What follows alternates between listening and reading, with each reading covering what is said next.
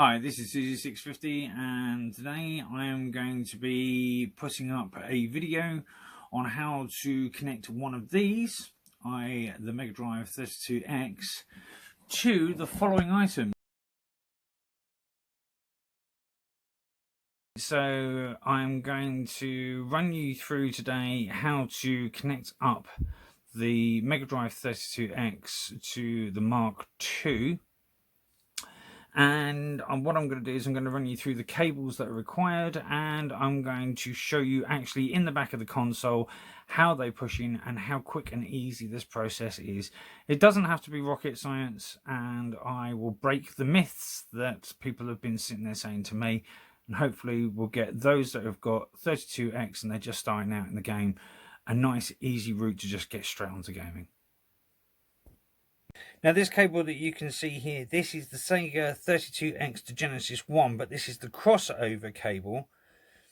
Now this is what connects technically into the other unit, i.e. the 32X Genesis 1 crossover cable, and then joins in. But we'll get to that when we're putting it together.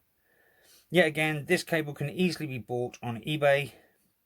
You can get it within the space of about 4 or 5 days max. None of these are no more than £4 a piece. Right, so this is the Sega 32X to Genesis 1 crossover cable. Now you can buy these on eBay nice and quickly. I bought this unit on eBay approximately 3 days ago. It turned up this morning. This cable literally is an innie to a larger size, so it fits into the back of the Mega Drive. Nice, short, sharp, easy. That's for the Genesis Mark I. Right, just a side note to emphasize a point. This cable here, they are both AV crossovers. This is an AV crossover for a Mark II only. So just using this end and this end, that is only for the Mark II Genesis. To make it work on the Mark I Genesis, this unit is an innie, remember? That needs to be connected to this end. Then this entire unit can then be used for the Mark I Genesis. So this is only for the Mark I. This is for the Mark I and the Mark II. But at this point in time, you are only requiring this unit to make the Mark II work. This is only to be used on the Mark I unit. Right, so these are the Sega 32X cartridge bay clips. These are what put into the doors. Now, I will turn around and say I hunted high and lows for these. These are like trying to find hen's teeth, as I so earlier said. They don't exist. You're very, very, very, very lucky if you find some, and to be quite honest with you, I have tried the system in without them, and it makes absolutely no difference at all. There is no interference that I have seen. So these are optional if you choose to get them. I'd like to get hold of some in my own time, because then I could say I've got it. But other than that, to be quite honest with you, putting them in probably won't. So this is the static clips that they are talking about. So I'm now also going to break a myth here. This is the Mega Drive 2.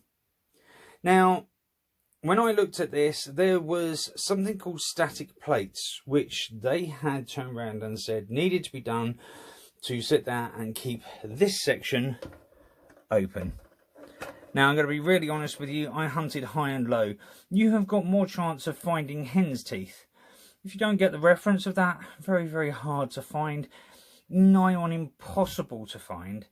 Then after talking to a lot of other 32 times owners, or 32X owners, this is sort of a bit of a myth. You can have them if you wish, but they're not actually needed as such. They are a static plate, they are just to stop interference with other devices like TVs, so forth, so on. Mobile phones, bits and bobs, and what happens is that it is just taking away static interference. That's all it is. But these can used quite easily without, but that's your choice. You also like to have, when you get hold of your 32X, this section here is solely for the static plates, hence the reason why I didn't clean it up until I actually do manage to find some static plates, which I would like to get, just for the fact that I've got them. But other than that, they can stay exactly the same as they are, because they only connect with the static plate. Because it's dark on the back of my Mega Drive 2, this here is the only input to the Mark II at the back. This one here that you can see on the right hand side, that is the power cable. Right, so without further ado, and the only wire that has this, as you can see, I have got this wire, the one that has that bulb on it. This lead here is the lead that fits into the back of this unit, and that lead is called the Sega 32X to Genesis 1 crossover cable. Now, it makes it very confusing because there's too many different variations with cables. So just remember, this lead with this part on it is literally the only one on a Mark II that fits into the back of this unit. Okay? Right, there you go. I have literally just put this cable in. Now, I can show you the rest of the cable so you know what I'm talking about. There we go. Cable goes down here, all the way down, and this is the rest of the cable. So that cable is now connected into that port there. The only two ports that you have on the back of a Mega Drive Mark II. So now that we've got to this point, this is where we are looking at putting on the 30T. So this unit here, simply with this section, which you will find, which is the spacer connected, fit in to the 32 times, and as it said, push it in like it's a new game that you want to play. So it's in and done and dusted. Now, from this point on, the next part that you're looking at is quite simple, because you get hold of the other end of that cable that I was talking about, this one here, and what you do is you affix that quite simply and quite easily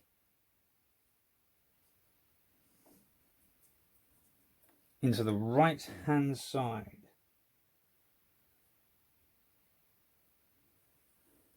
of the two cable holders, i.e. this one. So make sure that the Slim Jim is at the top on the cable, and just insert. So just to rerun through this again, I am double checking to make sure that everything. So this cable literally goes to this unit here. That is it.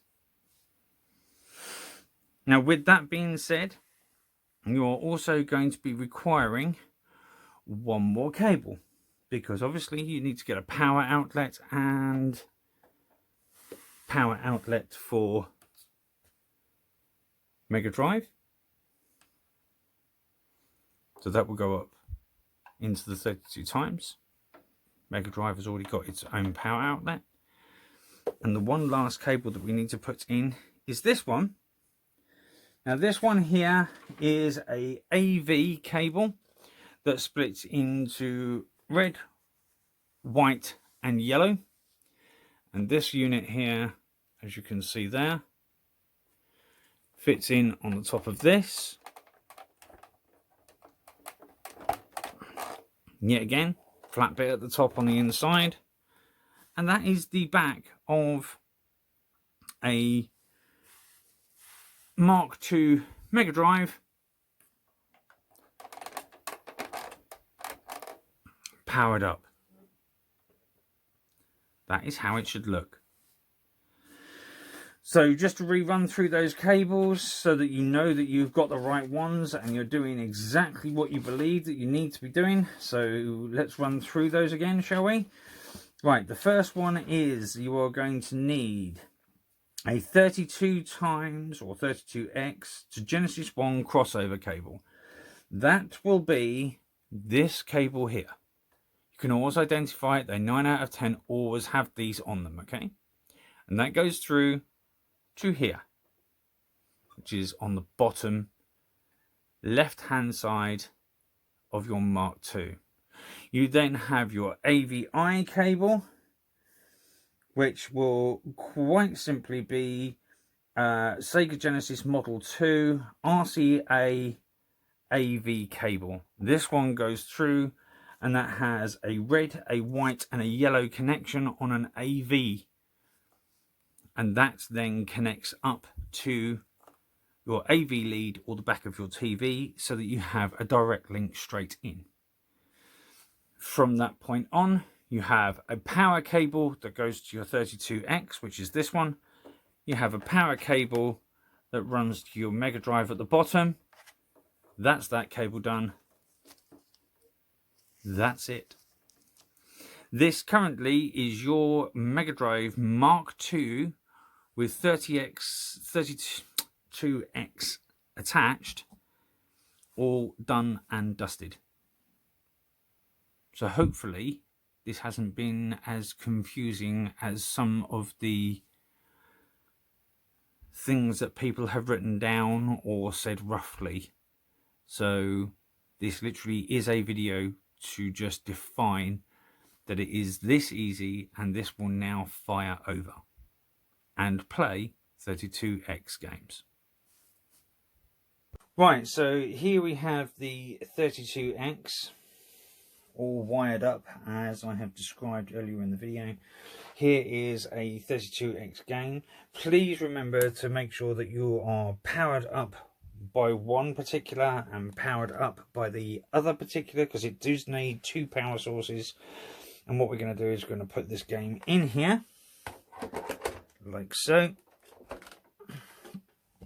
And what I'm going to do is I am going to turn it on. And so you can see for yourself, you will see that the 32X is up and running on the TV.